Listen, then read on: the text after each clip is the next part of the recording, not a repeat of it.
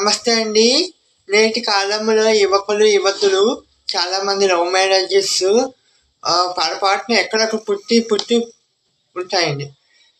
కానీ ఎప్పుడైనా సరే 2 కుటుంబాలు ఒప్పించాలండి. అమ్మాయి తరపున ఒప్పించాలి, అబ్బాయి తరపున ఒప్పించాలండి. 2 కుటుంబాలు ఒప్పించిన తర్వాతే పెళ్లి చేసుకోవాలండి. అప్పుడే మీకు బాగుంటుందండి. వాళ్ళు ఒప్పించలేదని, వాళ్ళు ఒప్పుకోలేదని మీరు వెళ్ళిపోయి పెళ్లి చేసుకుని తప్పండి. ఒప్పించండి, బతిమాలండి, మీ ప్రేమ గెలిపించుకోండి. ఇప్పుడు గెలవకపోతే, ఈ ప్రేమ గెలుచుకోకపోతే పెద్దవాళ్ళ ప్రేమ ఎలా గెలుచుకుంటారు? ఈ ప్రేమ గెలిపించుకోవాలి. అప్పుడు మీకు బాగుంటుందండి. వాడు కావాలని ఒప్పుకోండి. ఎందుకు ఒప్పుకుంటాడు? అబ్బాయి మంచివాడు కాదు అని భయం ఉంటుంది. మీరు ఒప్పించాలి. మంచివాడు ఒప్పించాలి, నమ్మించాలి, బాగా చూసుకోవాలని ఒప్పించాలి. అప్పుడే ఎన్నుకుంటూ ఒప్పిస్తే మీరు బాగుంటే అందరూ బాగుంటారు. ఏమంటారు? అంతే కదా.